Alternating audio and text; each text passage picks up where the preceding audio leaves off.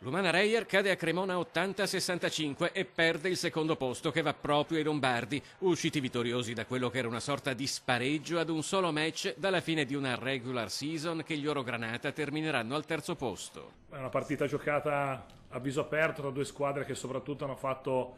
della fisicità tutto il leitmotiv di questa partita, con tanti contatti, con punteggi diciamo fino a quasi alla fine bassi. Noi abbiamo giocato una partita credo abbastanza solida per più di tre quarti, fino a quando poi abbiamo trovato un po' di continuità nel far canestro, mentre nel quarto quarto per noi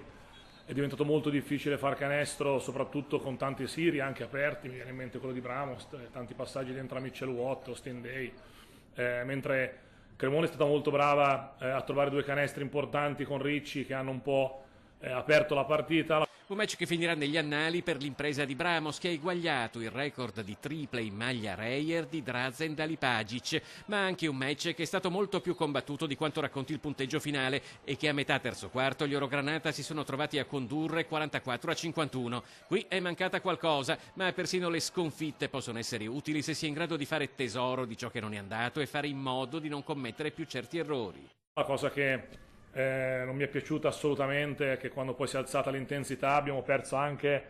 il filo negli ultimi 4 minuti, 3 minuti, il filo sul quanto riguarda per esempio la differenza canestri, perché comunque era una cosa che potevamo difendere, se non altro perché è importante avere questa mentalità. Certamente è stata una partita dura che Cremona ha vinto con merito, dobbiamo